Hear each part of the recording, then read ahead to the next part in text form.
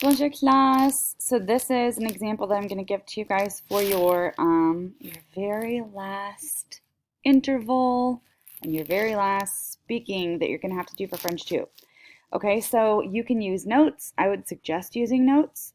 Um, I'm going to show you the little notes that I came up with here.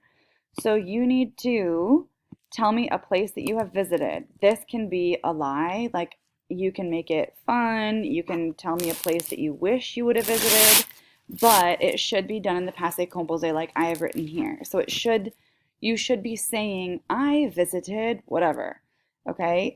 Even though it might not be true.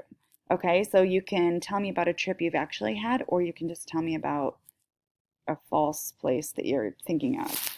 Um, all right, you need to tell me how you got to this place. So I put that I got to France in a plane.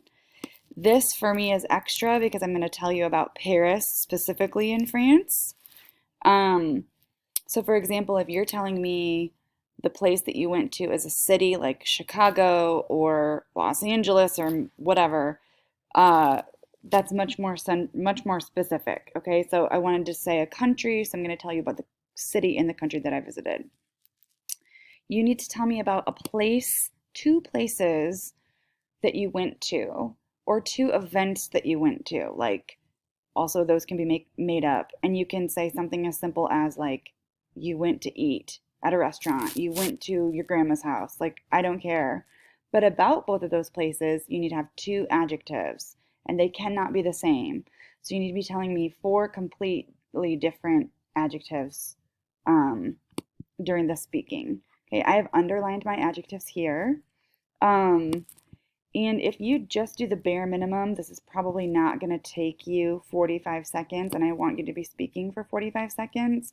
So, like I said on the post in Google Classroom, speak slowly, give me extra words.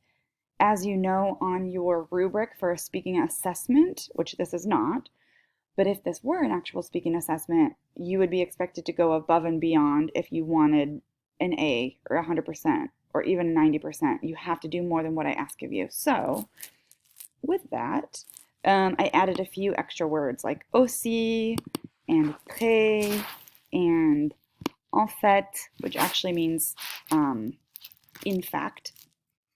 Here's another aussi. Here's beaucoup. Okay, so I'm adding extra words, not just the ones that I told you about in Google Classroom. Okay, so I'm going to read this to you, and to give you kind of an example of what your speaking should sound like. All right. J'ai visité la France. Je suis arrivée en avion. En France, je suis allée à Paris. À Paris, j'ai visité la tour Eiffel. C'est très grand. En fait, c'est énorme. C'est très beau aussi. Aussi, or you know what? Here I could say en plus. That's more different vocab. That's better.